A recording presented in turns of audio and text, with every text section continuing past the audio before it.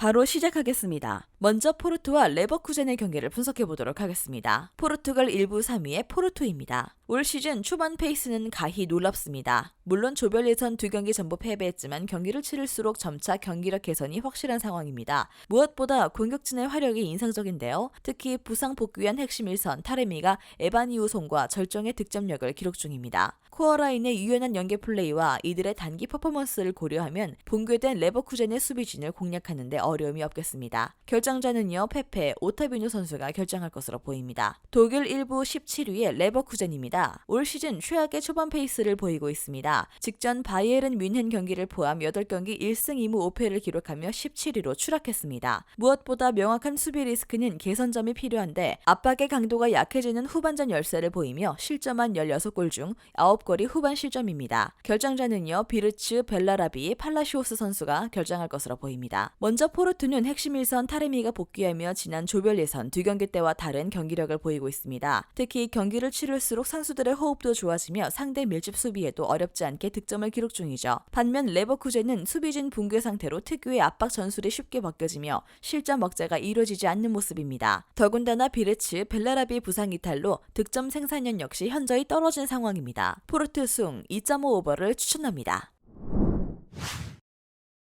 다음은 클럽 브류헤와 AT 마드리드의 경기를 분석해보도록 하겠습니다. 벨기에 1부 3위의 클럽 브류헤입니다. 조별 리그 내 최대 이변의 대상입니다. 직전 포르투 원정에서 대승을 거두며 2연승을 기록했고 조 1위를 달성했습니다. 무엇보다 코어라인의 활약이 눈에 띄는데요. 바나켄, 오니디카, 닐센의 에너지 레벨과 강한 압박으로 안정적인 포백 보호가 이루어지는 상황입니다. 결정자는요, 마타, 보야타, 셸라, 오타소이 선수가 결정할 것으로 보입니다. 스페인 1부 5위의 AT 마드리드 입니다. 직전 세비야 경기를 승리하며 2연패의 부진한 흐름을 끊어냈습니다. 무엇보다 핵심 수비 히메네즈 사비치가 부상 복귀하며 불안했던 수비 조직력이 안정화를 찾았습니다. 특히 시메오네 감독 특유의 짜임새 있는 지역 수비 역시 비첼, 사울의 호흡이 맞아가며 견고해진 모양새이죠. 결정자는요, 레길론 선수가 결정할 것으로 보입니다. 물론 클럽 브리헤가 지난 유럽 대항전 2경기 연속 의외의 결과를 기록한 점은 염려스럽습니다. 단 현재 핵심 수비 전력 4명이나 부상 이탈하며 안정적인 수비 조직력을 기대하기 어려운 상황입니다. AT 마드리드 승리를 추천합니다.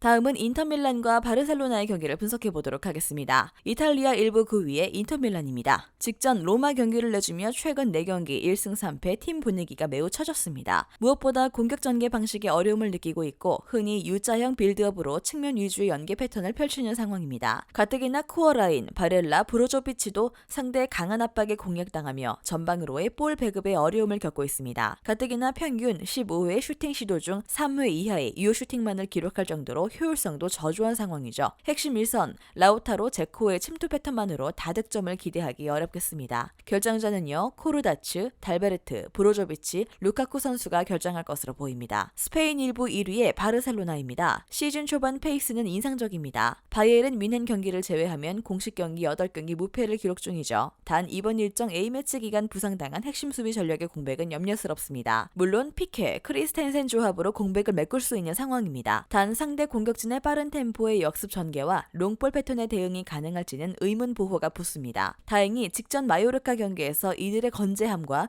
중원 장악력을 통해 한 골 이내의 최소 실점 경기를 기대해도 좋겠습니다. 결정자는요, 아라우호, 쿤데, 벨레린, 데용, 데파이 선수가 결정할 것으로 보입니다. 먼저 인터밀란은 현재 공수 전반적으로 이렇다 할 성과를 기대하기 어려운 상황입니다. 가뜩이나 핵심 3선 브로조비치의 부상 이탈로 상대방과의 중원 싸움에 우위를 점하기 힘들 것입니다. 설상가상으로 좌우 풀백의 저조한 수비 능력과 3백의 조직력 문제 등 수비진의 성과도 기대하기 어려운 상황입니다. 에이스 레반도프스키를 필두로 한 공격진이 어렵지 않게 공략할 것으로 전망하고요. 승을 추천합니다.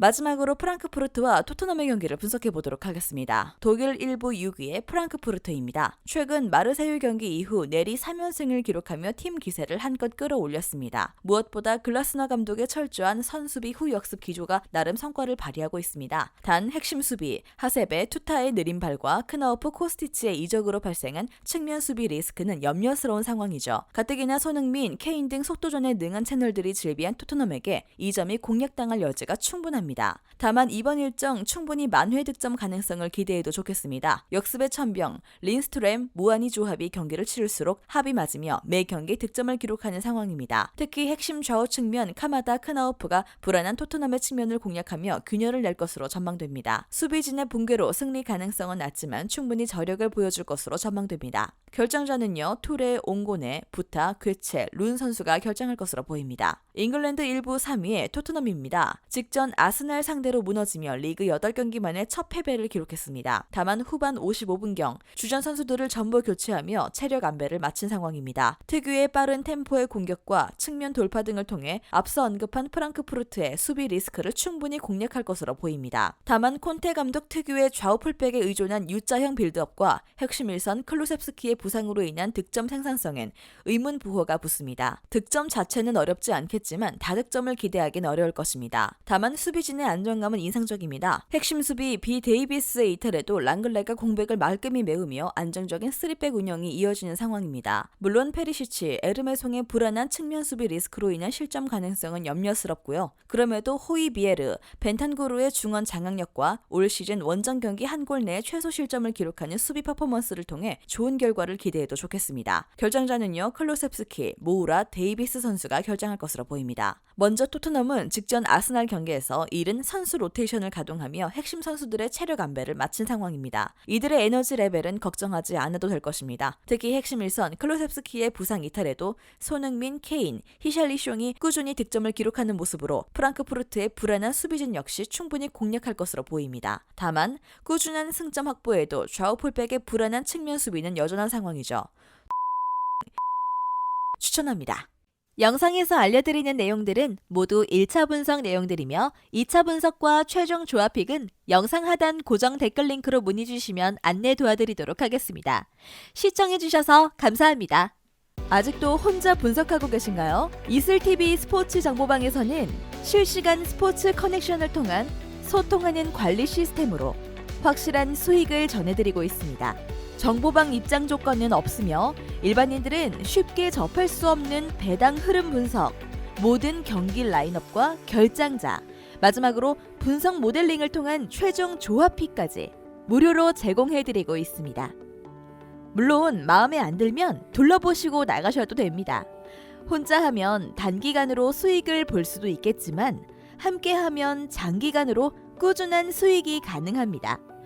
정보방 무료 참여하시고 꾸준한 수익을 원하시는 분들은 영상 고정 댓글 링크로 문의 주시면 안내 도와드리겠습니다. 늦지 않았습니다. 함께 합시다.